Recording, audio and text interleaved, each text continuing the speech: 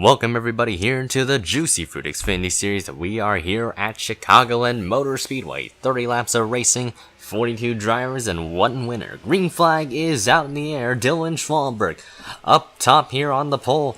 As you see Randy Vanderpoop on the top side there. Spencer Gilmore off to a great start as well as they head into turn number 1. 42 drivers are all going to be competing for a potential victory, but Matt McIntyre having some issues here early on in their going. Here as Schwalbenberg leads the field down into turn number 3, he goes up the hill, and here comes Spencer Gilmore at a turn number 4, full head of steam here on lap 1, trying to lead the first lap, and he does. Spencer Gilmore, currently your race leader here. There you see Warren Keith down the inside in the Napa Auto Parts machine, as you see a lot of racing near the back half, near the mid pack of the field here. It went 3 wide, you saw down the front straightaway. Christian Master Jr. there down at the bottom of the track there underneath Warren Keith, trying to put the 7 up the hill as Spencer Gilmore still holding on to the lead. Schwalbenberg second, the rest of the pack really within closing range of each other here, so one mistake could lead to a massive accident here, taking out a lot of drivers here in terms of aerodynamics and contention for victory here, as the top 3 are really trying to pull away there. Robert Pollard in the 19 trying to get around Warren Keith there. Scott Roush not too far behind the Watkins Glen winner, trying to bring some action in for the 60 team there. As you see 2 of the other Roush cars not too far behind of Keith Batson and Jeffrey Finguy. They're all trying to climb their way up to the front of the pack here so they can avoid trouble here. Christian Master Jr. down at the bottom for second. Scott Roush not too far behind.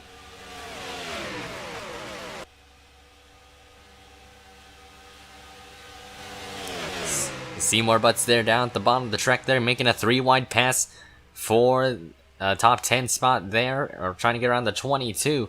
You see how many cars not really hitting that wall off of turn 4, so they're actually a lot more careful than the Cup drivers were early on here in the season you saw earlier this year.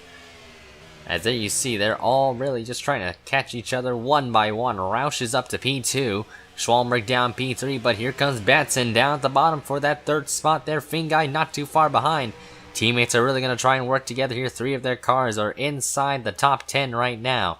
And there you see, Roush has really caught Spencer Gilmore quite a lot here. 3 wide action, Lily Gordon, Eli Bright, Warren Keith. They're all making it 3 wide. They need to really back it out early on, but so far, great racing here at Chicagoland Motor Speedway. Crowd certainly on their feet. Eli Bright really squeezing the 7 up the track there, nearly against the wall, as there you see Jesse Dalton making an evasive mover down to the bottom of the track there, and Eli Bright really trying to get up the pressure here. Emmanuel Harden up the track, and cars are in the wall, and there goes the 7 upside down, and the caution is out. Warren Keith barrel rolling side over side, end over end, and he's going to land on all 4s there, but his race is certainly done. Massive crash there. Chris Dodd collected, Cody Lamas, Keon Eddington's in it, Hartnett, Annie Thomas having another bad race here. Certainly not they've wanted. Jonathan Zorlin is collected as well, but currently your race leader is Spencer Gilmore here, as we are under caution for the very first time today. Hartnett just washed up the track, and there was no room left, and hard impact in the outside wall went Warren Keith. Annie Thomas got on 2 wheels there. Luis Hernandez running into the back of Jonathan Zorlin. There's Qualls, May, several other drivers near the back of the field there. And you see the 7 flipping over side, end over end, barrel rolls out of the front straightaway there, out of turn 4. And for the 7 team, their race is done. They were starting up so well, and now it's going to end early for them. The 1 to go signal is out. Spencer Gilmore still remains as your leader here. Roush in second, really. Roush Fenway, 2nd through 4th on the line here. Green flag in the air, and Gilmore had a great start. As you see lap car Matt McIntyre on the inside. 3 retirees here. So the 16, 15, and 7. So Annie Thomas really struggling this season. Not really been the best of runs for her today. As there you see the 6 car down at the bottom of the track there. Batson up to P2. Christian Master Jr. giving the 6 some assistance there. And there you see a couple of other drivers coming in the picture. JT Bryant, Robert Pollard into the mix as well. They are all desperate to looking for a victory here in the Juicy Fruit Xfinity Series to get themselves into the chase here to get themselves in contention for a championship.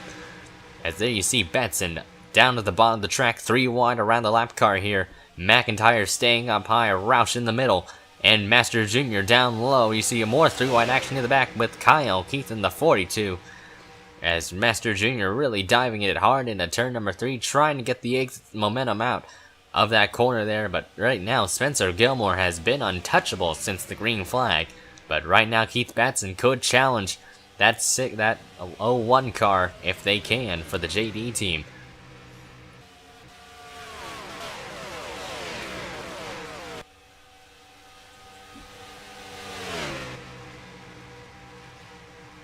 But Keith Batson has really closed in on that 01 into turns number 3 and 4. You could probably see the intervals once they cross the line here. As we are about to reach our halfway point, once lap 14 finishes, we will be beginning that section there. Dylan Schwalmberg, the pole sitter, has been running a bit outside the top 10. He's kind of dropped back on this restart, so there's not really been the best results for him. As there you see the 4 car of Joshua Sekuli now trying to make a move underneath Elijah Bright there, as well as Nathan Hudson. They're all trying to get themselves up into the pack there.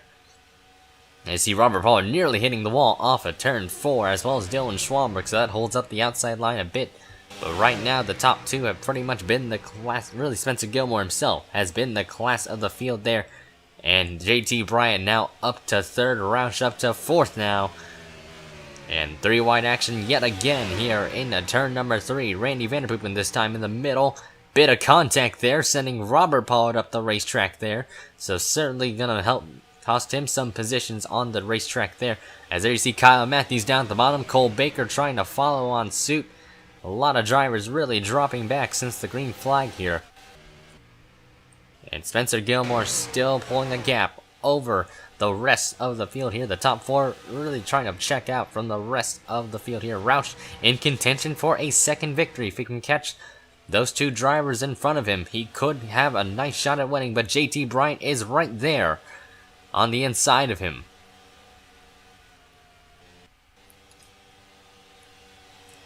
But Keith Batson really closed in on the intervals there. He is about a 10th behind Spencer Gilmore here. And he is right on the bumper of the 01 there. Can he make a move for the lead? Could we see a lead change today? Spencer Gilmore certainly is going to have to defend his way to try and hope for the 6 not to make a move. And he does. Oh, man, almost made some contact out of turn 4. And Marty Johnson hitting the wall there. And they bounced off of each other all over the racetrack. Gilmore going up the hill this time around, and this is a great opportunity for Batson to see. There you see the other Mustang there, JT Bryant, into the picture as well. Don't count him out just yet. JT Bryant has closed in on the 2 of them, and can he make it 3 wide for the race lead there? Bryant goes low, looking underneath the 6 car. They both get around Gilmore as we have a new leader, but JT Bryant's Mustang has come to life here. There you see Scott Roush in the 60 there, right following not too far behind the top 3. Can he make a move underneath Spencer Gilmore? He does. He makes it 3 wide for 2nd there. Closing in, making contact, rubbing fenders here. Scott Roush has marched his way up to the 2nd spot just like that, but Gilmore is fighting back on that outside line. JT Bryant goes up the hill. There you see another car making his way up there. You see the Bass Pro Shops machine of Rancho Cucamonga for Richard Childress Racing. Now trying to get an opportunity into the action here.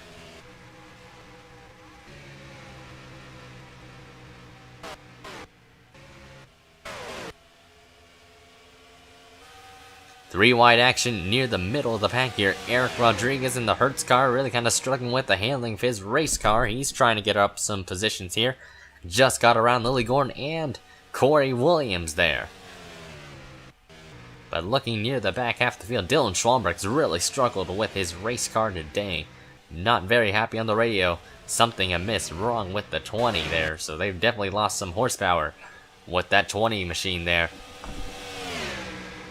As there you see, though, it's really been a close battle. JT Bryant inherited the lead, but Scott Roush is right there looking underneath here. Here he comes for the race lead. More cars are joining into the fray. Kyle Matthews, you saw in the 88, not too far behind. Scott Roush looking for his 2nd victory of the season. Rancho Cucamonga in the same boat, as well as Kyle Matthews here. Gilmore made a bit of contact there with the lap car of Matt McIntyre, so he's certainly not going to be happy on the radio there. Roush is going to have to defend from Rancho Cucamonga. Munga down the inside. Here he comes for the lead. And Rancho Cucamonga takes the spot away from Scott Roush. Roush still fighting strong on the outside line. Will he make a crossover move? And there you see Kyle Matthews. And Roush did try to chop block JT Bryant. It did not quite work that time around. And that's certainly going to cost him here a potential victory. But lap cars are in the way. Teammate of Cucamonga there, Jonathan Zorlin, he yields high for the 3 car. But JT Bryant's going to go down low as well, so they're going to be able to get around lap cars without much of a hassle there, it looks like. Kyle Matthews having a little bit of an issue there. As the caution is out here, this could get dicey as Charles Sanford has crashed Alex May. And here they come, the rest of the pack. Ooh, man, Keon Eddington nearly plowed into the wreckage there. Marty Johnson with a lot of damage to his race car. Heavy damage for the Joe Gibbs 54.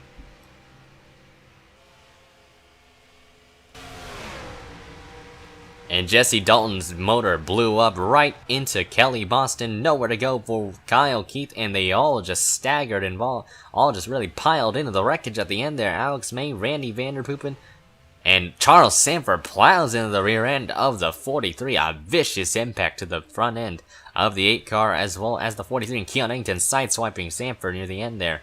But a big heavy crash there, and tough break for Jesse Dalton. The hopeful was running inside the top 10 when that occurred. And lots of drivers that were running solid today are going to be done for the day here at Chicagoland.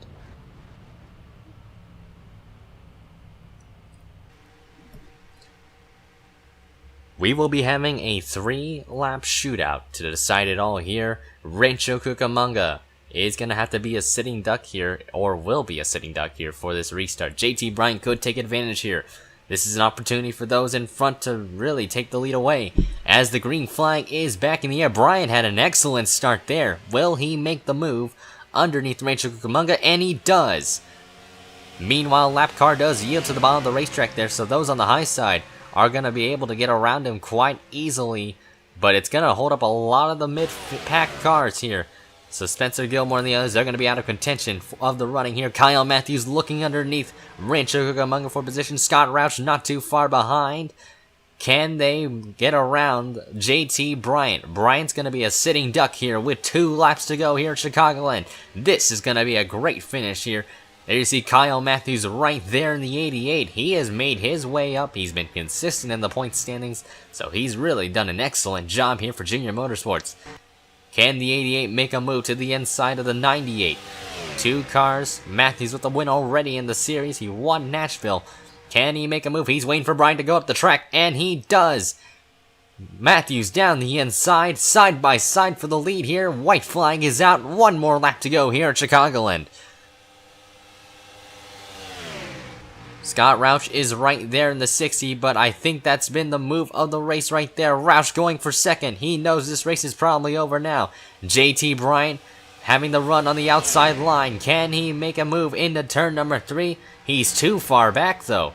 And here comes Kyle Matthews into the final 2 corners out of turn 4. Kyle Matthews is gonna win here at Chicagoland Motor Speedway. Win number 2 here in the Xfinity Series for Kyle Matthews, as the rest of the field trying to get themselves down for position. Near the end there, scramble for track position at the end. And Kyle Matthews steals a victory away from JT Bryant and Rancho Cucamonga here. Great run for Kyle Matthews today. What a finish here for the Juice Fruit Xfinity Series here today. Here are the results here, 1st through 28th there. Kyle Matthews certainly deserved that. Had a very fast car under the hood. 2nd win of his career here in the Juice Fruit Xfinity Series. So give a shout out to him. This 88 car finding victory lane here in Chicago. And Chris Dodd did it in the Dolman Cup Series. And Kyle Matthews did it here today. As you see, 33 cars were in the race, or remained in the race there, but 31 on the lead lap. So a couple of notables out of the race. Marty Johnson was high up in the point standings. He's really been dropping like a rock here with a slump. Andy Thomas continued to struggle with the 16 machine there. Hartnett, who got involved in a wreck earlier, is 29th there. Remember the Boston winner. But a lot of drivers who were up front had pretty much stayed up front. Some struggled, and some weren't really as lucky here. But congratulations to Kyle Matthews on his second victory of the season.